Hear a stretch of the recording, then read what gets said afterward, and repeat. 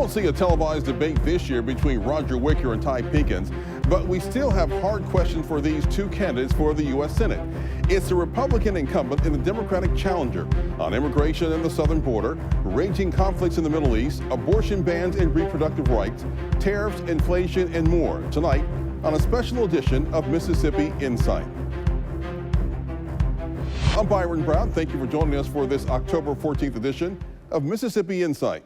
For the next hour, we'll hear directly from the two candidates for representing Mississippi in one of the most powerful deliberative bodies on the planet. Roger Wicker has been serving Mississippi in the U.S. Senate since 2007. The Republican from Pontotoc has championed pro-growth policies and limited federal overreach and worked to maintain a strong national defense. Wicker's Democratic challenger, Ty Pinkins, is a native of Rolling Fork, a civil rights attorney and a retired U.S. Army officer and combat veteran.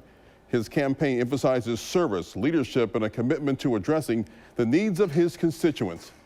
We conducted our candidate interviews on the 9th and 10th of October. Each spoke with us for a little over 35 minutes. These interviews have been edited for time. We asked each man similar questions on some of the key topics in American political debate today. We'll begin with each candidate's take on extreme weather and the federal response to it. We were in the heart of hurricane season with two major storms in Mississippi averted Francine last month. FEMA has been criticized for their handling of Helene by President Trump and other Republicans, but the Republican governors say that they're getting what they need. Does FEMA deserve some criticism? Well, I think the bureaucracy of the federal government deserves some criticism, absolutely. And I know what I see on the news media, and particularly the people in Western North Carolina and East Tennessee. What I'm seeing them, and this is not only on the cable stations, also on network news, the 7 o'clock a.m. Newscast. There are people who are saying they really haven't received anything, and of course, frankly, Graham has a charity, and thank goodness for our charitable organizations.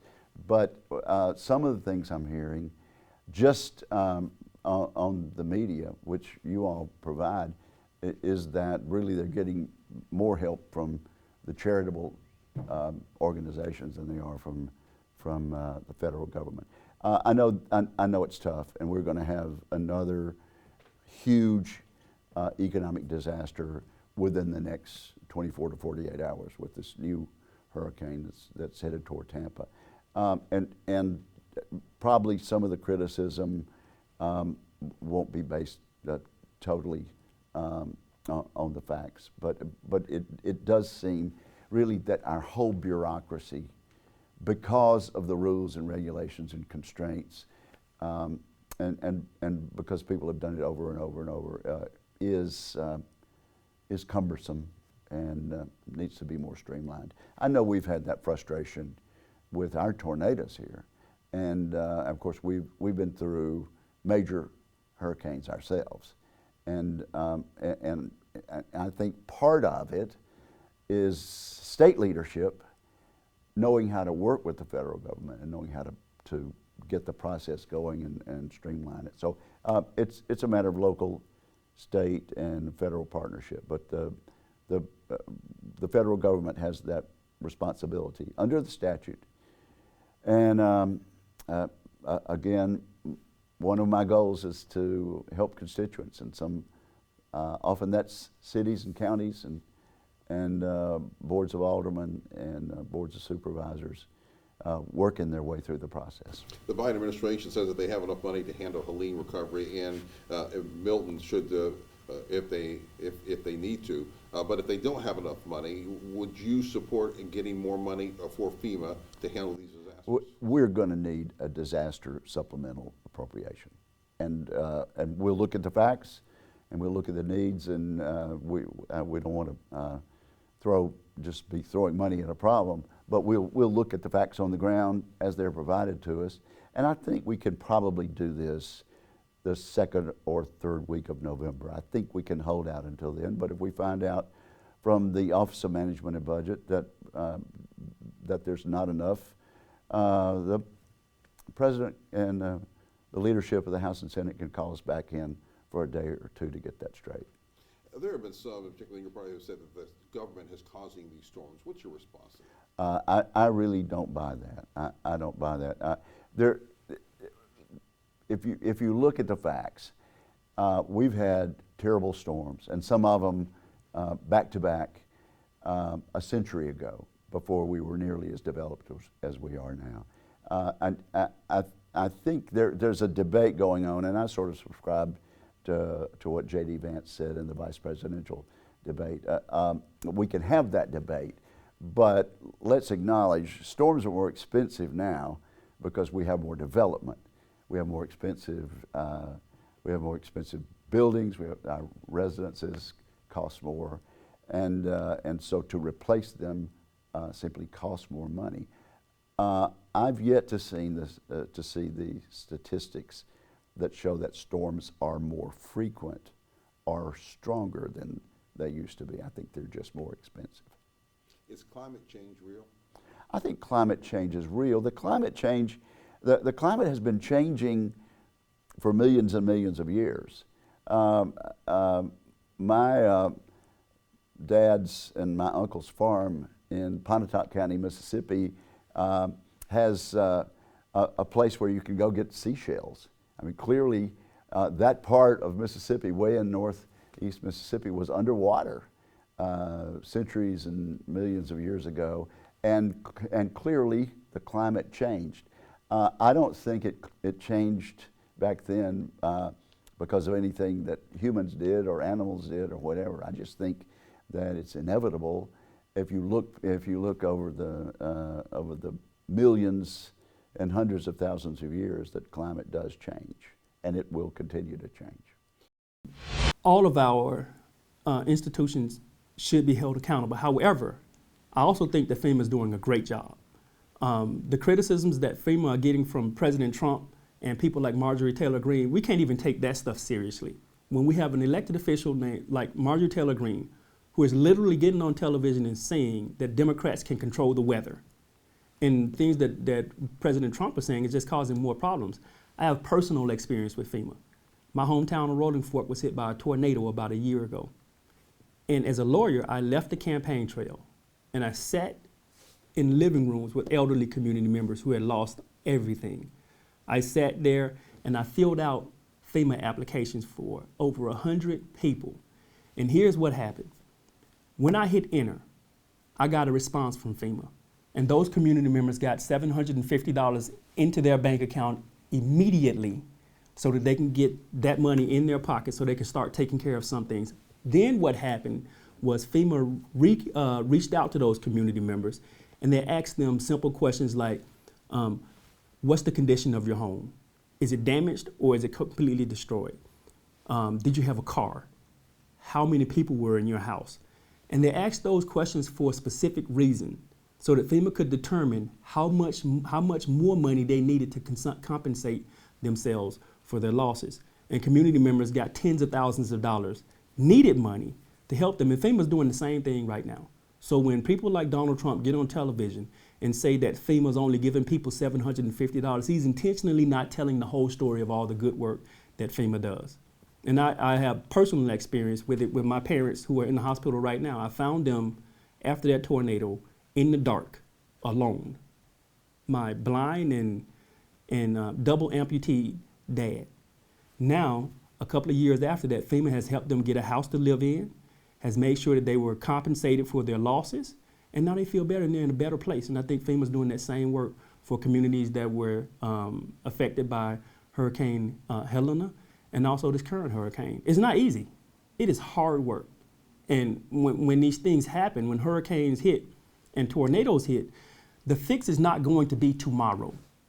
It is a long-term process that takes years to make these communities whole. And we need to take time to thank these FEMA workers who are doing this hard work in these communities, not criticize them all the time. The Biden administration says that they have enough money to handle Helene, but they should have enough money to handle Milton. But if they don't have the money, if you're elected, would you support more money for FEMA? Not only would I support more money for FEMA, I would also point out some of the shortcomings from some of our elected officials. We had Hurricane Katrina hit the Gulf of Mississippi in 2005, totally destroyed Biloxi, Gulfport, those communities. I just mentioned the tornado that hit Rolling Fork. In 2021, Senator Roger Wicker did not vote. He voted against funding FEMA, and he needs to be held accountable for that because we know that climate change is real. We see what's happened to Florida, Georgia, South Carolina, and North Carolina because of Hurricane Helena. We see what's happening down in Florida right now as you and I speak. So for someone like Senator Wicker to have his own constituents in Mississippi, to have witnessed and been affected by the ravages of a hurricane, and after that he goes and votes against funding FEMA, he needs to be held accountable for that. And that's one of the reasons I'm running, because we have to take this partisanship out of our politics and put the country before a party. And I think that's hard for him to do. From the Gulf of Mexico to the Middle East, what do the Senate candidates have to say about Israel's widening war against its enemies? We're back in a moment.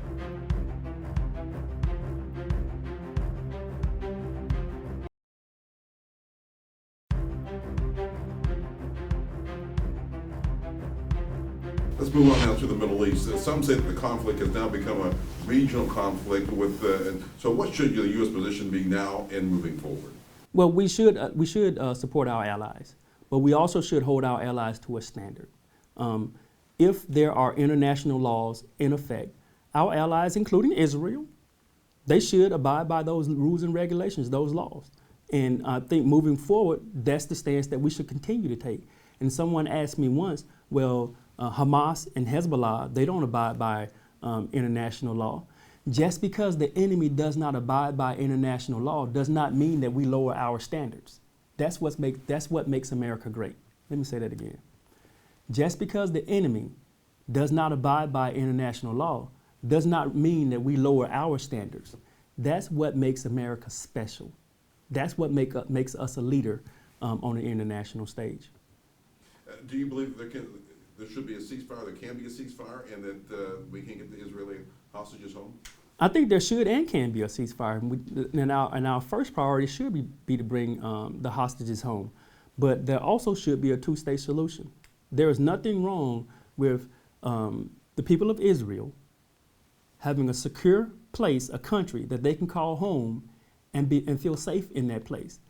And on the same side of the coin, Palestinians having a place that they can call home and feel comfortable in that space. I think the solution to this is a ceasefire, an immediate ceasefire, releasing all the hostages and working on a two-state solution. The last thing that I would want to do is to put America's sons and daughters in harm's way. That's it. The U.S. still has the conflict in Ukraine and with Russia. What is your position on that war? We need to support Ukraine. We need to support Ukraine. Russia, in their invasion of Ukraine, 2 years ago, this war has been going on, I believe, over 2 years. The implications are so huge because if someone thinks that Vladimir Putin is going to stop at Ukraine, they're living in a fantasy land. Think about this. Poland borders Ukraine. Poland is one of our NATO members, and we have as one of our Poland borders Ukraine. Poland is a member of NATO. The moment Vladimir Putin decides to go past Ukraine and start a conflict with Poland, we have an agreement in accordance with Section 5 of NATO that an attack on one is an attack on all. So that's why we have to stop Russia in Ukraine. And with regard to supporting Ukraine, we have to make sure that we help them financially now. Because either we invest in them now financially, or we risk putting our sons and daughters in harm's way later. So pick your poison. Pick your poison. Do you want to invest in them now to fight Russia's illegal invasion, or later do we want to send our sons and daughters over there? And being a veteran of war, and being a veteran who has fought in war, that's the last thing I want to do, is put our sons and daughters in harm's way. The U.S. has a $35 trillion national debt. Can the United States continue to afford to support these wars as well as deal with the recovery recovery of the national disasters that we face and other domestic issues? The better question is, can we afford not to support our allies with our national debt? The national debt is important. We need to make sure that we continue to work to lower the national debt, but that does not mean that we abandon our allies around the world. Think about Ukraine. It produces grain that produces food all around the world. Imagine if we did not invest in Ukraine and how much impact that would have on our economy. So we have to continue to invest. Well, our position should be to thank Israel and Benjamin Netanyahu for eliminating 3 terrorist groups whose only mission is to eliminate the Jewish people from the face of the earth and the Israeli people from that area of Palestine. What possible purpose did Hamas have 1 year ago, October 7 of last year, other than to kill babies, rape women, behead innocent people who were just going to a concert? They had no purpose other than terrorism, and try to drive Israel off the little sliver of land that they've been occupying and frankly been doing better than anybody else in that neighborhood for 70 years or so. So yeah, to the extent Benjamin Netanyahu is helping to eliminate Hamas and their leadership, Hezbollah and their leadership, the Houthis in Yemen who are firing on our American ships, I think he's to be commended and thanked and congratulated. And the truth is, those 3 terrorist groups are proxies for Iran. And Iran's not powerful enough to wage war against the rest of the neighborhood themselves. And so they let their little proxies do it. And I think it's a cowardly way for them to do it. And we need to show them that it's not working. The tragedy is, under President Trump's administration, we had the Abraham Accords. And the Abraham Accords amounted to more and more of the Sunni Arab countries coming together and shaking hands with Israel and saying, we know you're here. We know you've got nothing against us. We want to trade with you and want to live at peace with you and have a neighborhood that's free of violence. Saudi Arabia was about to join in on that. The Emirates and places like that were with our American leadership, and really couldn't have been done without American leadership. They were shaking hands with the Israelis and say, we're going to coexist. After 70 years of it sort of being hostile, and it's gradually gotten better and better. The Abraham Accords still have the potential to be one of the great accomplishments of this century, and the Iranians could not stand that fact. And so, again, they view us in the United States as the great Satan, and they want Israel completely out of there. Every single Jew from the sea to the river to be out of there. And it's anti-Semitism. It's the old, it's the age-old curse that civilized society has been resisting for years and years, and it needs to go. The U.S. still has a conflict with Ukraine and Russia. What is your position? My position is that the United States of America should keep its word. And another, that's another example where Ukraine is not asking us to help. What I object to is the Biden administration parceling out aid to Ukraine a little dribble at a time. The funds, the weapons that we're not using, that Congress has authorized President Biden to let the Ukrainians use, it should have been given to them as soon as the bill was passed. They are fighting Russia for their own country, and I think they're going to continue to defend their country. If somebody tried to take the southern part of our state away from the United States, we would resist that every way we could. And so I think the Ukrainians have a right to have a right to fight for their country. I think they're on the right side of history. We haven't had this sort of thing happen in Europe since Hitler, and it doesn't need to start again, where one country, just because it's bigger, just because it got more weapons, decides it can take over another country. And again, we're not being asked to send one single American boy or girl to that conflict, just to help them and keep our word. We told them, if you give up your Soviet-style nuclear weapons, we'll be your friend and we'll help you if you get invaded. That was our word. And what we're doing now is sort of halfway, keeping our word. I think we ought to give them the tools to win. And you know, when someone's fighting for their own country, they're going to be stronger than people imagine. National security is just one item on a U.S. Senator's agenda.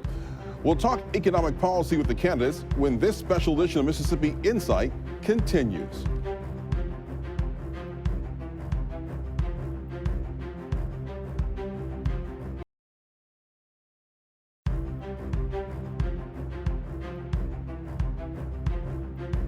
Well, goodness, I'd like to roll back the clock and keep the President of the United States from spending almost $2 trillion the first year on this Recovery Act, which we all warned him would cause inflation. So obviously we can't turn back the clock, but the last thing we need to do is these huge spending programs like Vice President Harris has proposed to do. The idea of giving first-time homeowners hundreds of thousands of dollars so that they can buy a home, this is not the American free enterprise system. It's a ridiculous idea, and I certainly hope the Congress never gets to the position where they would authorize something like that. The way to get first-time home buyers in a home is to have inflation lowered by not spending so much money, and that lowers interest rates, as you know, and getting interest rates back to the 3.5%, 4% interest rates that we had during the Trump administration would do a whole lot more to allowing hardworking, middle class, and lower middle class American families to afford a mortgage, and that's the American way. We have a $35 trillion national debt.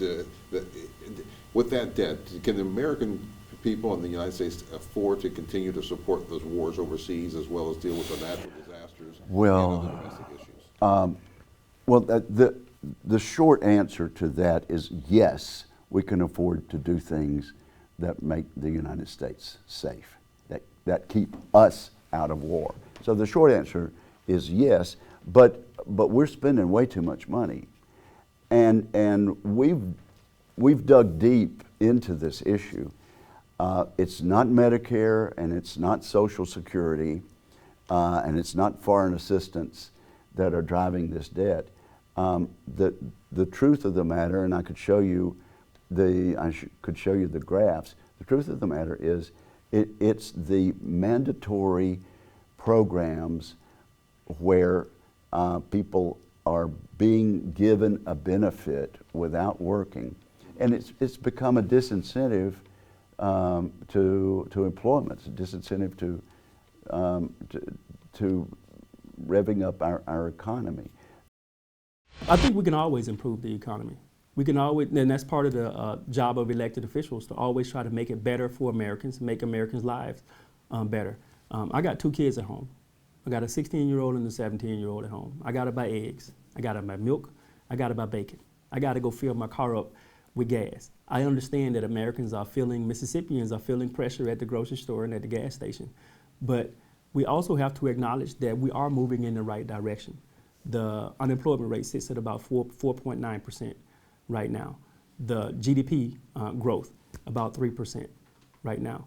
Inflation has lowered. So while things are getting better, we are pointing in the right direction. We still have work to do. many people make a decision on the economy when they go to the polls, and how they're feeling, and you talk about the grocery store and getting milk and groceries and everything else, and gas.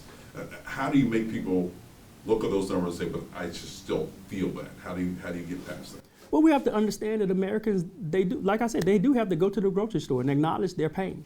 It's not some imaginary thing. Acknowledge that, but continue to explain to everyday Americans and explain to Mississippians that we're working to make it better, and point to the positive aspects of the economy that exist, and make sure Americans understand that. They understand, again, that the unemployment rate is down, inflation is down.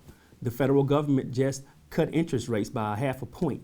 So point that out to Americans, make sure they understand the implications of that, not just the short-term implications, but mid-term and long-term implications also. Governor Tate Reeves has said that the Mississippi has a lot of momentum when it comes to the job creation. For example, Amazon is investing billions of dollars for new data centers in Madison County, and nearly $2 billion EV battery plants up in the works for Marshall County. What role does the federal government have played in job creation? Well, I think the federal government has to well, first of all, that's wonderful. In Madison County, where we're getting plants over there, other areas of the state, up in North Mississippi and DeSoto County, where there are investments taking place, down in South Mississippi on the coast, where we're investing in the gaming and fishing industry. But if we want to be serious about moving Mississippi from the back of the line to the middle of the pack to winning the race for our country, our state's future, we have to make sure that we start investing on the western side of this state, in the Mississippi Delta. People complain all the time that Mississippi is 50th in economic development and job creation. You cannot ignore, and in half the state, the western side of the state, which just so happens to be the blackest part of the state, and assume that somehow we're going to move from the back of the line to the middle of the pack to the front of to winning the race. We are at the halfway mark in our special report, but there's much more ahead as the candidates diverge on border security and immigration. We're back after the break.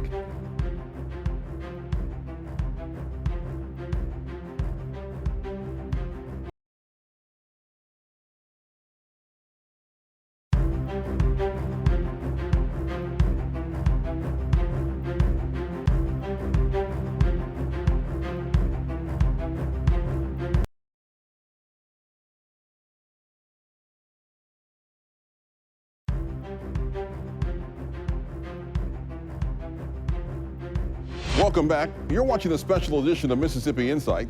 As we put the big questions to Ty Pinkins and Roger Wicker, immigration and the southern border are among the hottest issues of the 2024 campaign. Certainly, the presidential candidates have opened fire on their opponents' policy stances, and the Senate candidates are not shy about the topic either.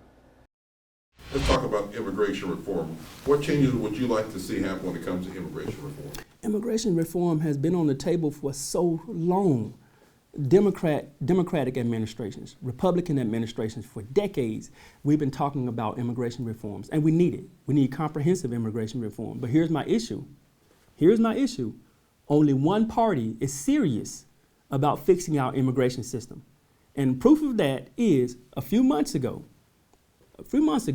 Republicans literally wrote an immigration reform bill, and it came up for a vote.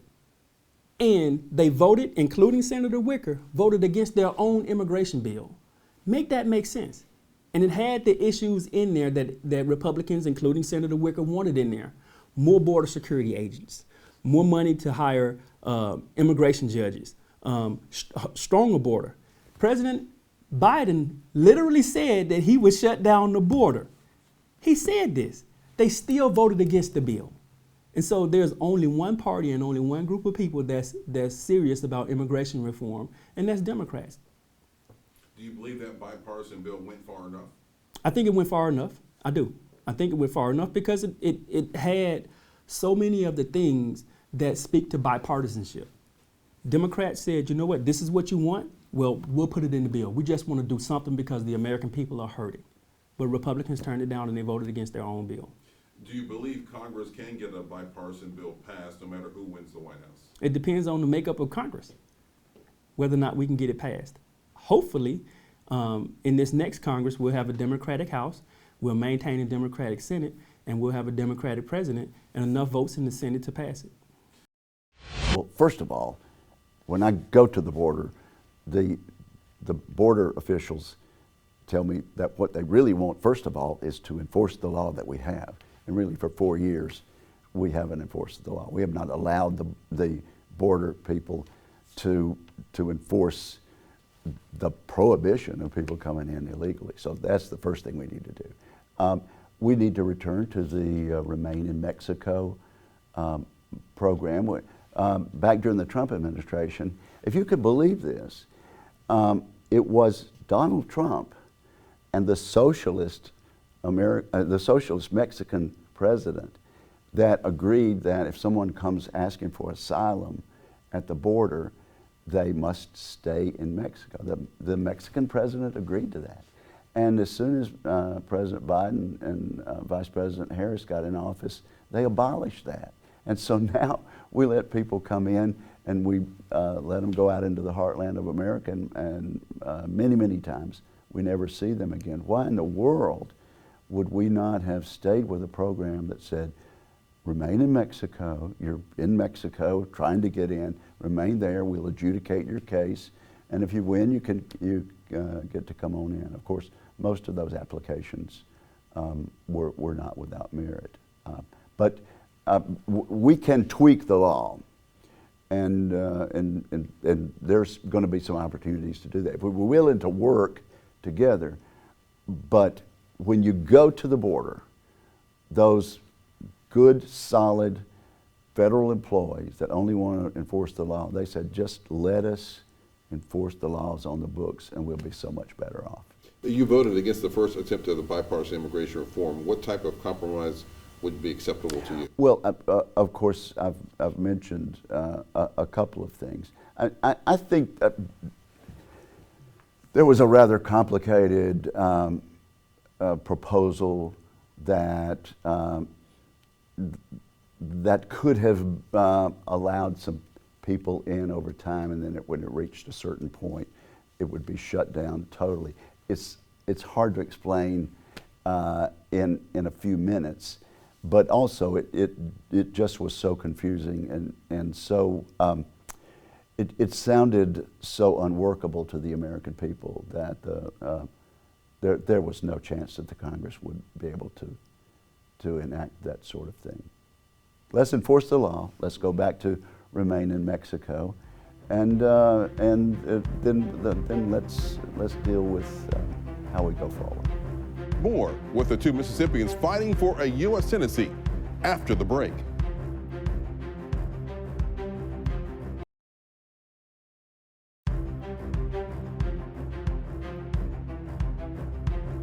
Republicans recently blocked the nationwide right to in vitro fertilization. It's the second time they've done so. You voted against it.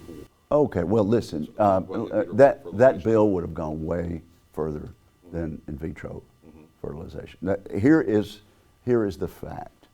Nobody in any of the 50 states or territories, no woman has any problem getting in vitro fertilization. It is a myth, and it's being distorted. We really ought to be talking about the issues.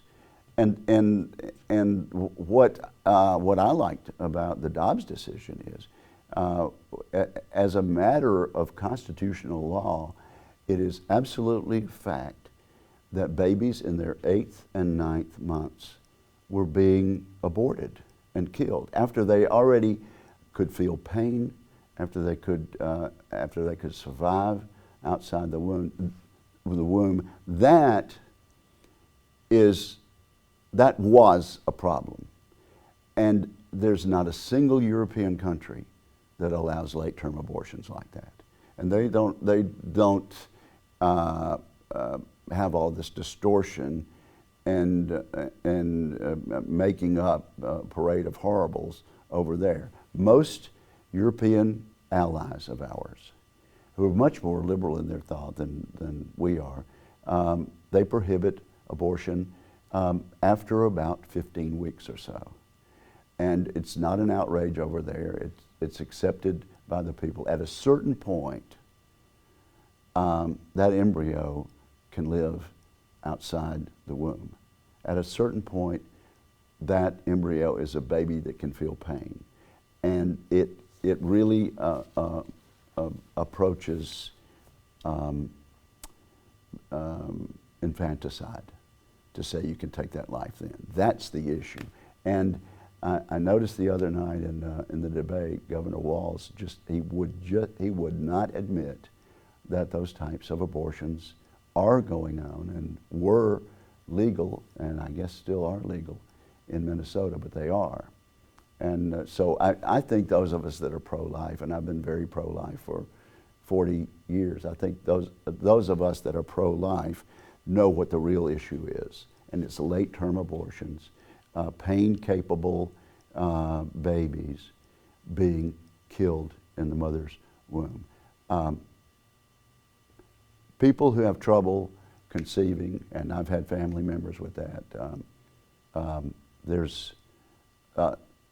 it's a myth to say they cannot get in vitro fertilization. Republicans last month blocked a nationwide right to in vitro fertilization. It's the second time that they've done it this year. What is your position on this issue? Since I started this campaign, I have been leading with the importance of women making their own healthcare decisions. And I think what's happened is Republicans have shown that they do not support a woman making her own healthcare decisions. One, Donald Trump told us that he was going to nominate 3 Supreme Court justices for one specific reason, to overturn Roe v. Wade, and he made that nomination. Then he passed those 3 Supreme Court justices to the United States Senate to be confirmed. Senator Wicker confirmed all 3 of those Supreme Court justices, and they went to the Supreme Court and they overturned Roe v. Wade. The result of that, a few years ago, we had a 13-year-old child right here in Mississippi that got pregnant because of a rape. And now that child has given the birth to a child. So that's one end of the spectrum. On the other end of the spectrum, Senator Wicker just voted against protecting IVF treatment. So you mean to tell me that Senator Wicker thinks he knows so much better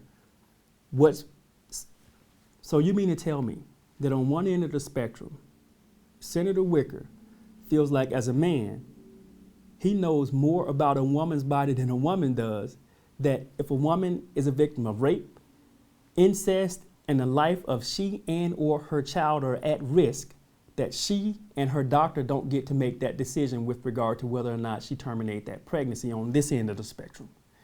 And on the other end of the spectrum, he just voted against IVF treatment, which means that if a woman has a problem getting pregnant, but she wants to start a family, he wants to control that also.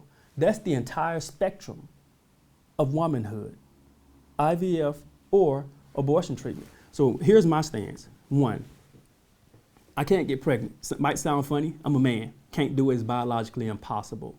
2, I can't carry a child in my stomach and I can't give birth to a child. Therefore, 3, as a man, I'm not qualified to tell a woman what to do with her body. That should be between that woman, her doctor, and God.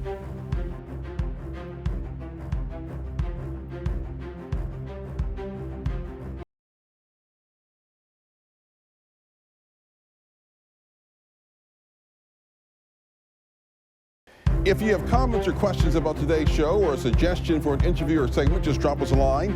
Email our producers. The address is news@WJTV.com.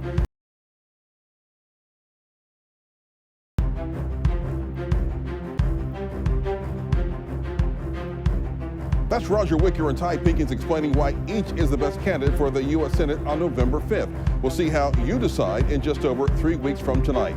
Watch Mississippi Insight each Sunday morning at 10:30 for more of the political and current affairs coverage that you demand. I'm Byron Brown from all of us here at 12 News. Make it a good night.